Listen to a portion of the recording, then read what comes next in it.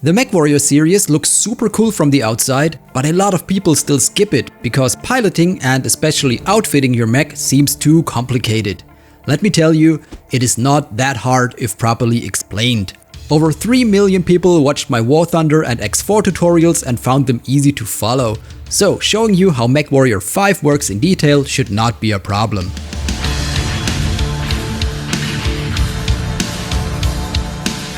The most recent entries in the MechWarrior franchise are MechWarrior 5 Mercenaries from 2019, which is still receiving new content, and MechWarrior 5 Clans.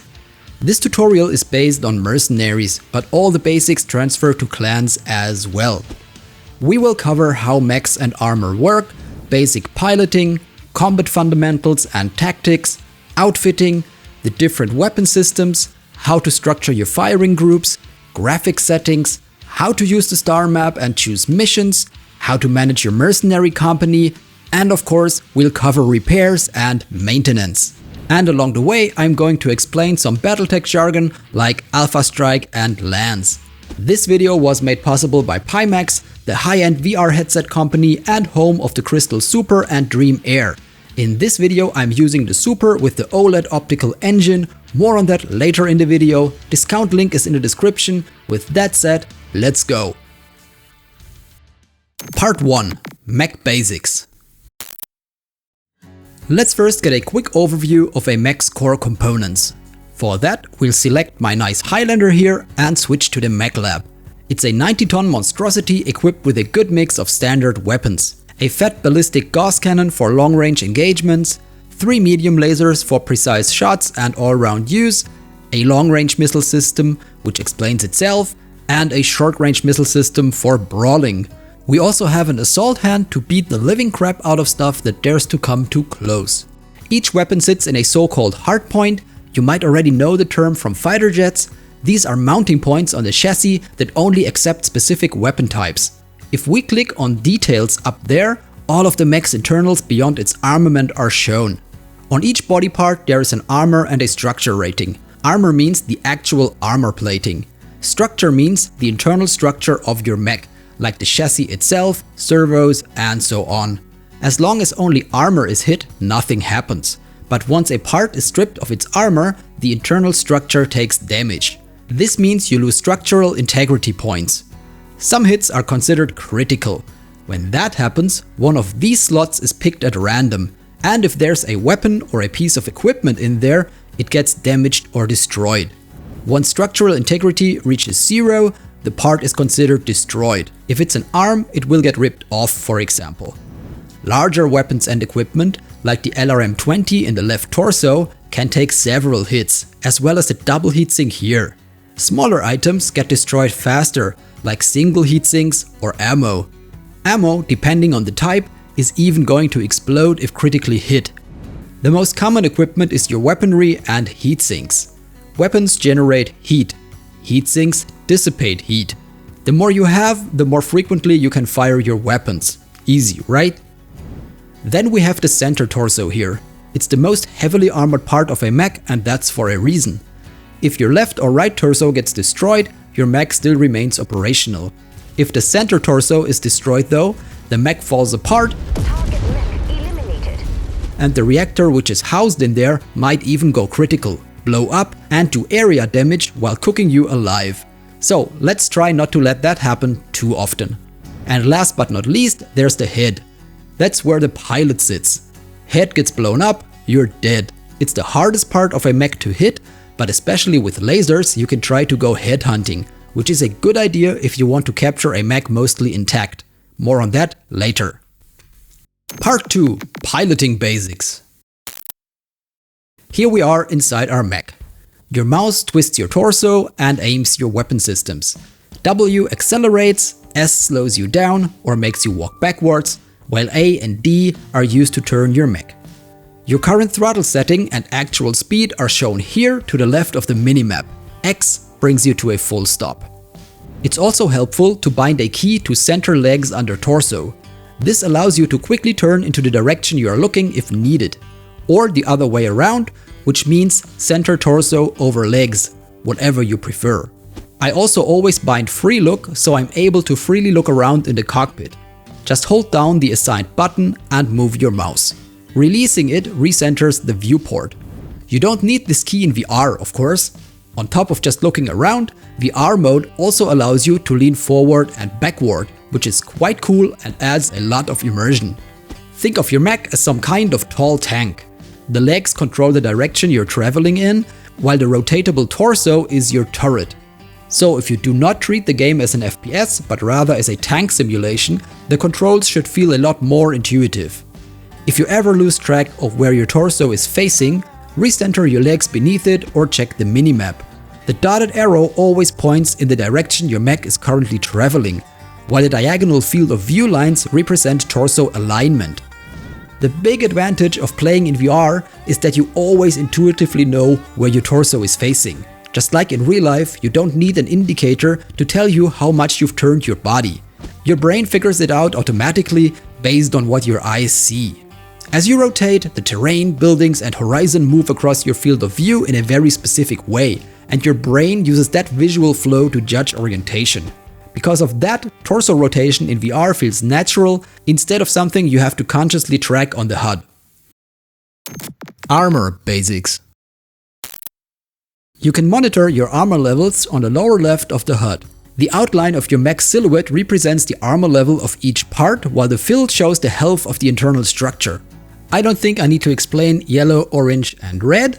Empty means the respective part is gone. And in the worst case, an ammo explosion can happen. This is where the tactical part comes in. Twisting the torso not only allows you to aim your weapons without changing direction, it also lets you distribute incoming damage. Remember the Mech Lab, specifically the part about armor and internal structure. You really do not want all the damage concentrated on one section of your mech. Once a section's armor is breached and the internal structure is gone, any further damage bypasses armor entirely and transfers into the neighboring sections. As a general rule, excess damage transfers from the outside inward. For example, if your left arm has 10 points of internal structure and gets hit for 20 damage, the arm is destroyed and the remaining 10 damage transfers into the left torso as internal damage. Which means, in practice, if you are under fire, try to move your torso in a way that exposes the healthier parts of your armor and avoids repeated breaches on the same section. This brings me to Part 3. Gunnery Basics. Let's go back to the Mech Lab for a second. As you can see, a mech's armament is distributed between the arms, the 3 torso sections, and sometimes even the head, which can carry small weapons. With this single reticle, you aim all of your weapons, no matter where they are mounted. On the lower right of the HUD is a list of your weapon systems. The first column shows your remaining ammunition. It is always the total amount. That means every shot of the Gauss cannon reduces it by 1. Every salvo of an SRM-6, which means short-range missile, reduces ammo by 6. And every long-range missile salvo by 20, because it's an LRM-20. Lasers have unlimited ammo. The second column shows the effective range of each weapon. Some can be fired beyond that, but lose effectiveness or experience bullet drop. Depending on where you aim, the font changes color.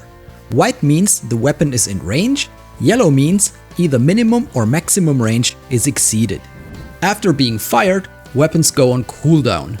That means they are either being reloaded, like the Gauss rifle, or cooling down, like lasers. This is represented in the fourth column. Some weapons have longer cooldowns, some are ready again quite fast. More importantly, every shot you fire generates heat.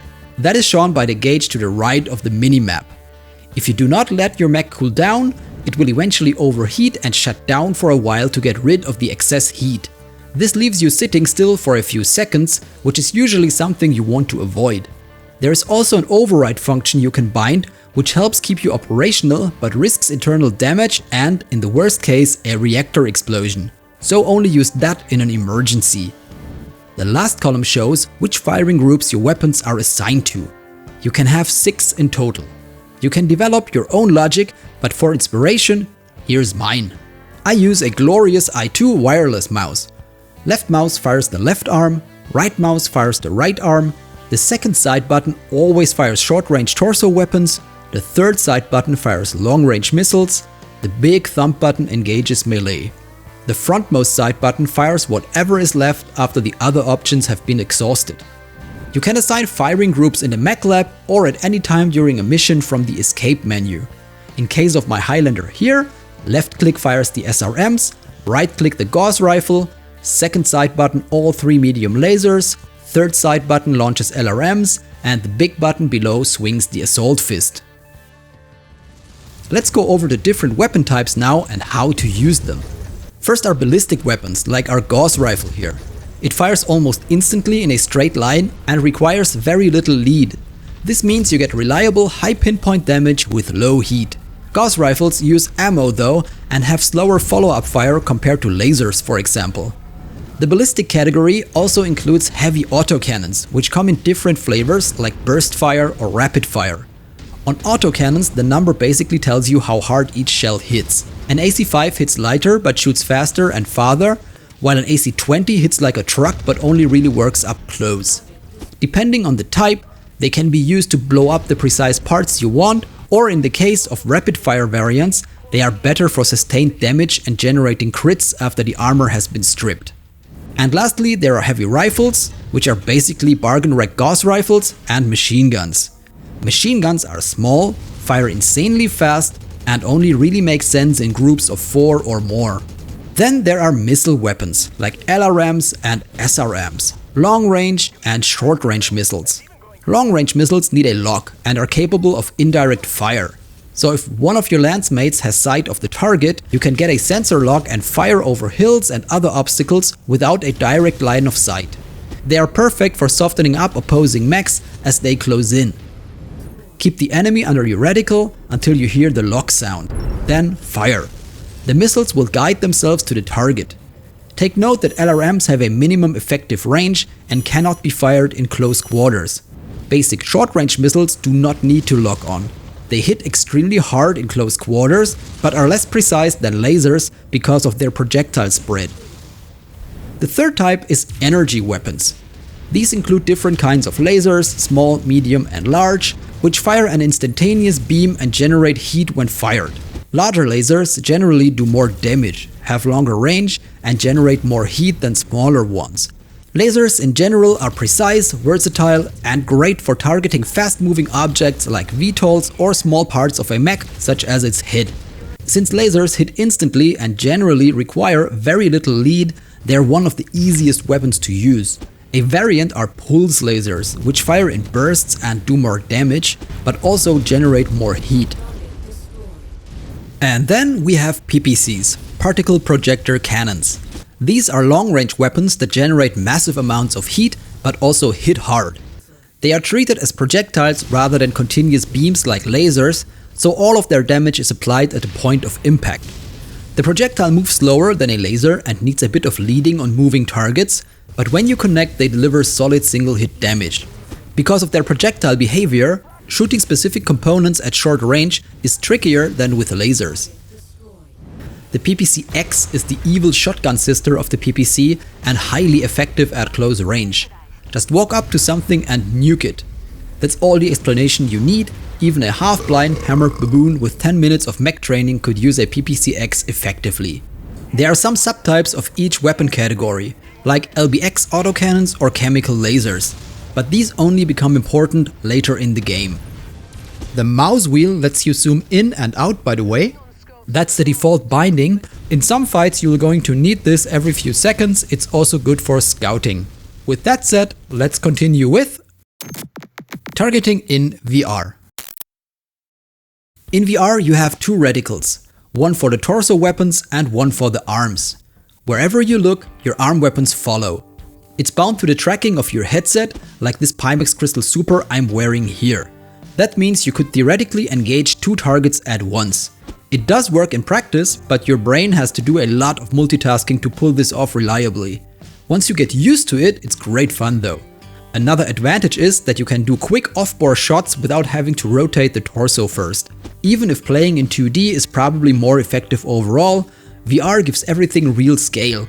You're physically closer to the action, and other mechs feel huge because they actually are huge in your field of view. Because of that, you pick up more detail and spatial information, which isn't only immersive as hell, it also helps with targeting. Alright, now that we know what the different weapon types actually do, let's make sure they are not wired like a plate of spaghetti. First rule, you don't always need to fill all 6 weapon groups. Simplicity beats complexity every single time. An early to mid-medium mech could be grouped as follows. Group 1, medium lasers for consistent mid-range damage. Group 2, SRMs for close-range burst. Group 3, long-range ballistics or missiles. Group 4, melee. That's all you usually need. Golden rule, don't mix ranges. Group long-range, medium and short-range weapons. Or, if you have 3 identical weapons that generate a lot of heat, like PPCs, you might opt to group 2 of them into one group and the remaining one into another. Or use chain fire. This means all weapons in a group are going to fire one after the other, instead of all at once. This makes managing heat easier. And if you come across the term Alpha Strike, this just means firing all of your weapons at once. We'll cover specific loadouts later in the guide. Now, let's continue with Part 4. Combat Fundamentals and Tactics. Now that you know how to move your mech around and your weapons are grouped properly, let's talk about how to use them without turning every mission into a financial disaster. Always remember that you are piloting a walking apartment building full of explosives. That's why losing armor is fine, losing a limb is expensive, and an ammo explosion should be avoided at all costs. Your first priority is to keep the damage you receive as low as possible. That's best accomplished by having good target priority. Rule of thumb, the small stuff goes first. This means vehicles, VTOLs and turrets. Number 1 and most important are vehicles like LRM and SRM carriers. They explode by just looking at them, but they can dish out ridiculous amount of damage if not taken care of quickly. Shoot them with anything and they will happily disintegrate. Also take care of any heavy tanks armed with PPCs or other heavy weapons the moment you scan them. You do not want them shooting you in the back while you are wrestling with an Atlas. Second comes everything that flies, especially the larger VTOLs. Use medium or large lasers to reliably take them out. The bigger ones can also be dealt with using LRMs before they get into range and start pounding you with their cannons.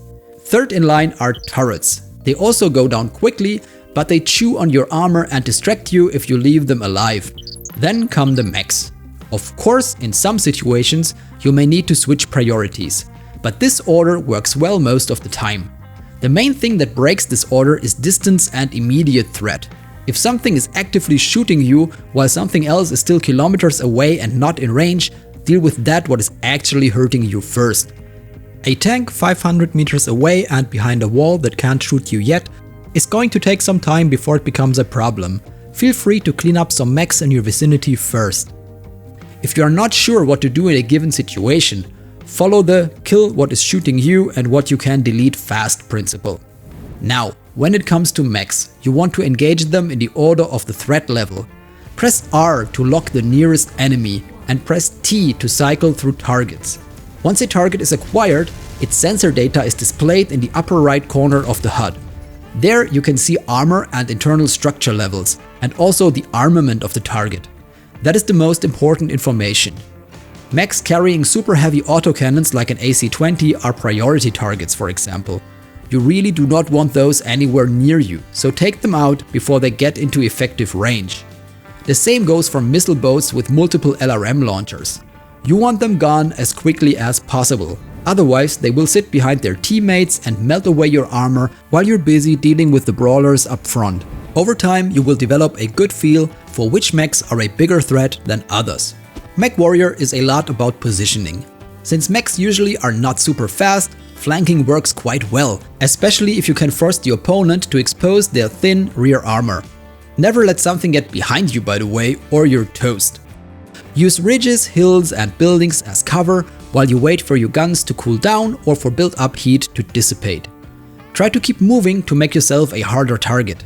Best case, you move between 2 cover positions, fire your guns and disappear before return fire arrives. Threats also change over time. For example, if one mech has a heavy autocannon in its left arm, it is quite easy to take that arm out of the fight, since arms usually do not carry a lot of armor and are easy to hit. With its main weapon gone, you can focus down another high threat target and then return to it a bit later. Speaking about focus damage, let's continue with Part 5, Lancemates. The squad of mechs you command is called a lance. This means your squad mates are called Lancemates. Some prefer to call them walking insurance risks. They are decent at shooting whatever you point them at, following simple movement orders, and they can apply steady pressure while you're doing something else.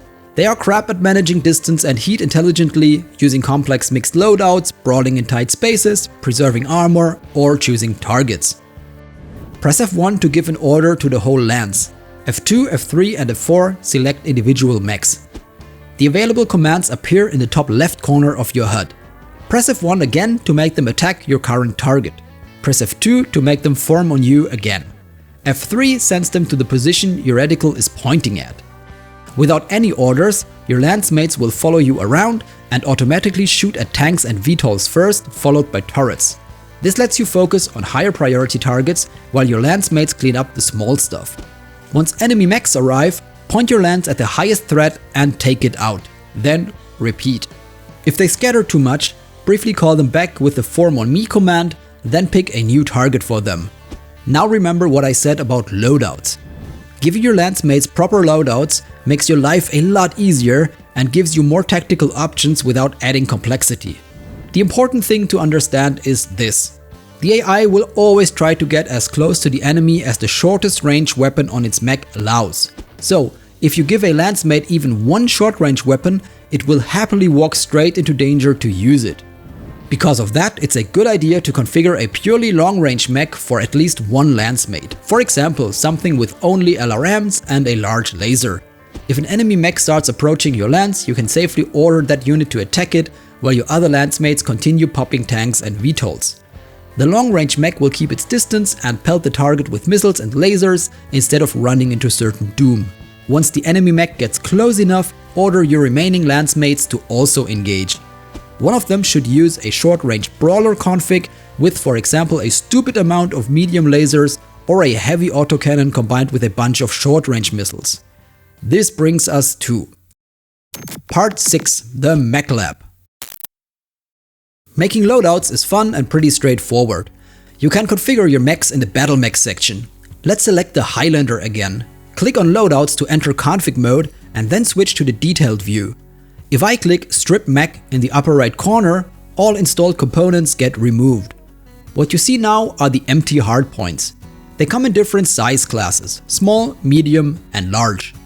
You can install small weapons into large hardpoints, but not the other way around. Let's say we want to reconfigure this mech into a short-range brawler. After removing the Gauss rifle, what remains is a large ballistic slot. When I click on it, the list on the left shows all weapons that fit into that slot.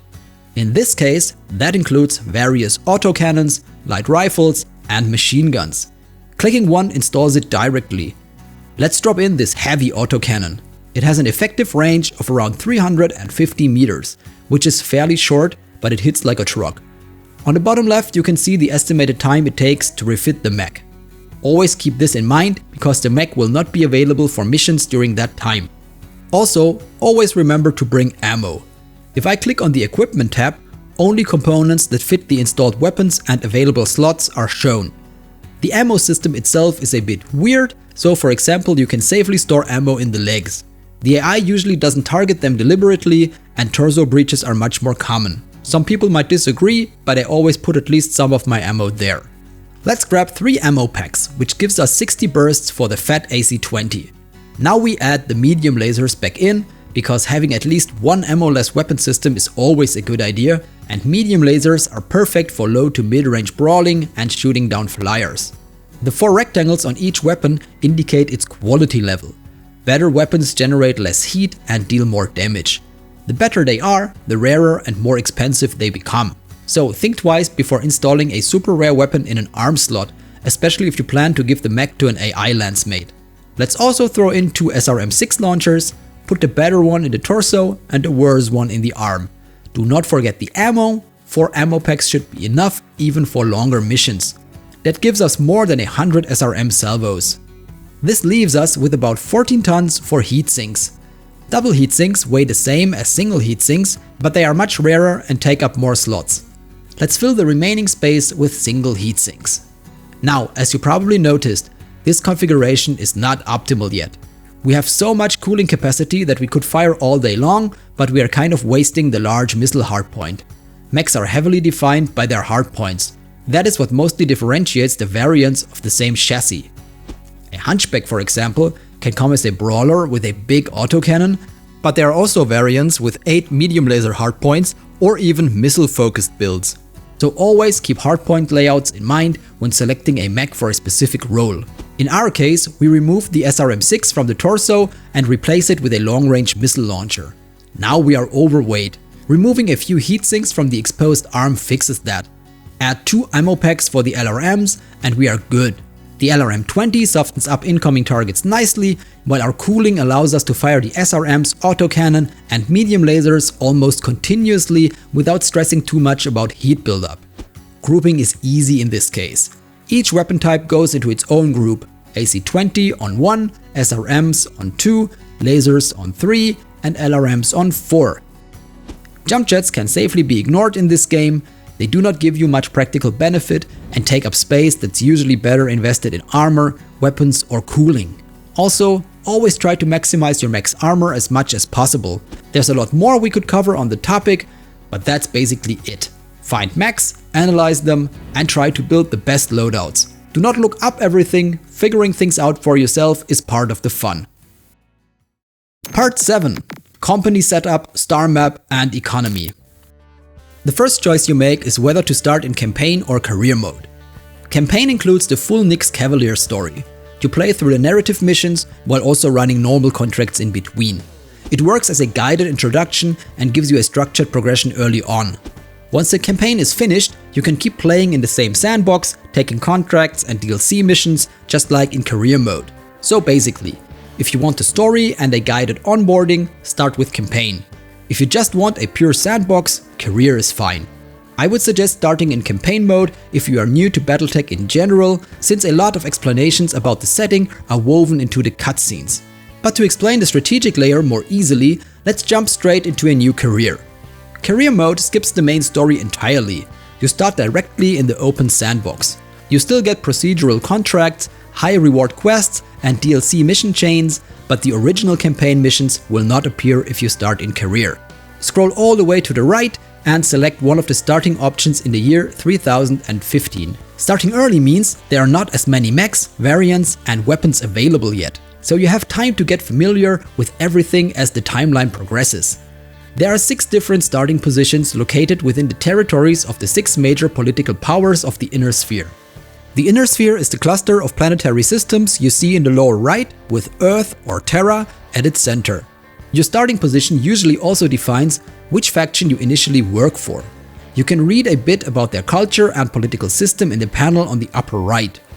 Let's pick House Marek, because that is the easiest way to kick some Capellan butt. Then we select a logo, give our company a name, and that's it. Alright, here we are on the bridge of our Leopard dropship. View transmissions lights up whenever someone tries to contact you. Important quests and DLC missions are announced this way. This time we receive a mission to increase our mercenary ranking. Our ranking is shown in the upper right corner. The higher your ranking, the better the missions you get offered. Above that you can see your current funds and your monthly running costs. Pilots want a salary and mechs need maintenance. The bigger the mech, the more expensive its upkeep. We cannot earn money in this system since there are no open contracts here. So let's check the star map to find one. The small ship icon shows your current location. Star systems connected by dotted lines are industrial hubs. These are highly developed systems where equipment availability is high and repairs are cheaper and faster.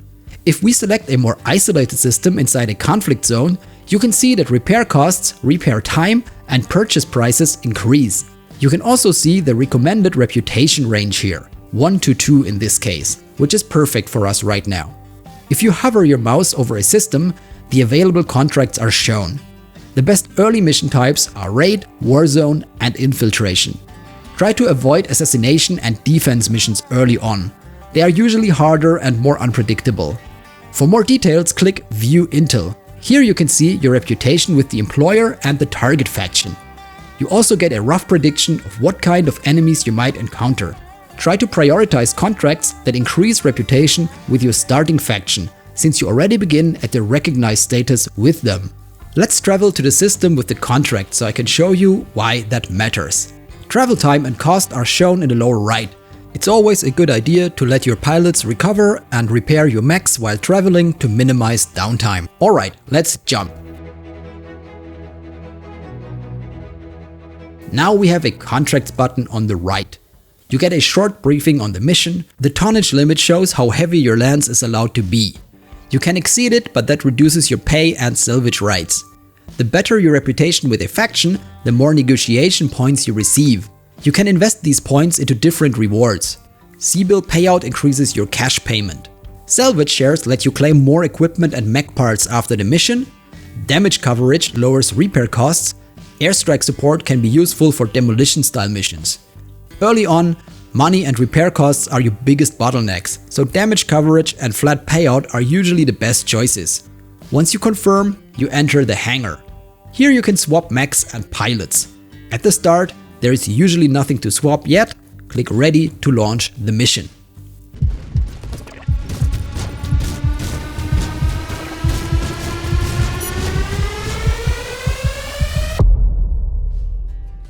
After completing a mission, you select your salvage.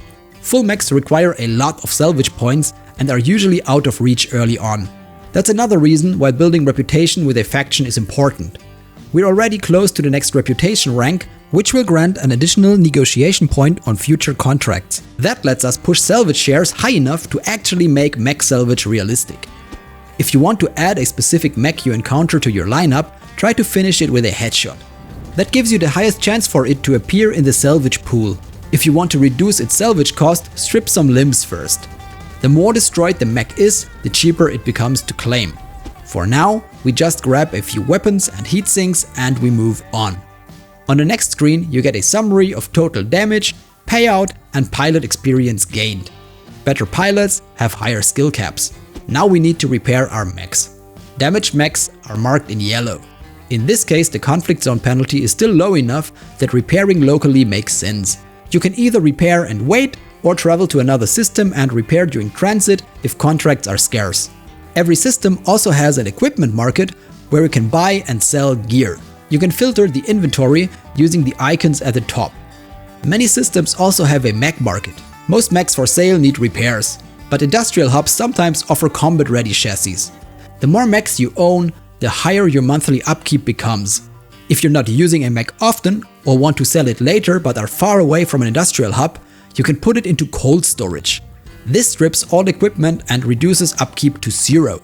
Reactivating a mech takes time depending on its size. If you go back to home and open the timeline, you can see all current work orders and upcoming events listed here. Alright, now you're ready to run your own mercenary company. And last but not least, let's talk about performance. Optimizing performance. This is a quick one. Even though MechWarrior 5 is more than 6 years old now, performance still can be inconsistent, especially in VR. First, turn off ray tracing. The implementation does not improve visuals much and can seriously tank performance, especially in VR. Second, the built-in DLSS version is outdated and the image it generates looks awful. If you want to use upscaling, use DLSS Swapper to inject a newer DLSS version instead. Link down there. If you still experience stuttering, reduce shadow quality followed by post-processing. On weaker hardware, foliage density and view distance also have a noticeable impact on performance. If you're running the game in VR, you can reduce the 3D render resolution in UEVR to make the game run smoothly on your hardware. This only affects the 3D game world, meaning the environment and the mechs. The interface is still rendered at your headset's full native resolution, so menus and HUD elements stay razor sharp. This is especially nice on high-resolution headsets like the Pimax Crystal Super, Lite or Dream Air, which go well beyond a Quest 3 or Steam Frame in pixel density. In my personal opinion, VR takes MechWarrior 5 to the next level. It makes you feel like you're actually piloting a mech, something I dreamed of since I played MechWarrior 2 as a kid. Today's VR reflects the movie playing in my head back then. You don't need a high-end headset like the Crystal Super, but it gets exponentially more gorgeous and immersive with a high DPI OLED or ultra-wide headset. At the time this video was made, the Crystal Super delivers the best pure image quality on the market, and I'm not alone with this opinion. If you watched my other hardware reviews, you know I don't hype gear for no reason, and especially the OLED optical engine really deserves all the praise it gets. A more budget-friendly high DPI option would be the Crystal Lite. Watch my review if you're interested. If you want a closer look at the Pimax Crystal Super, along with my outlook on the upcoming Steam frame, check out the video linked here. You also find my Pimax discount link in the description below if you're in the market for a high-end headset. I also have a full VR setup guide for MechWarrior 5 Mercenaries on the channel if you need one. Thanks for watching, and I'll see you there in a second.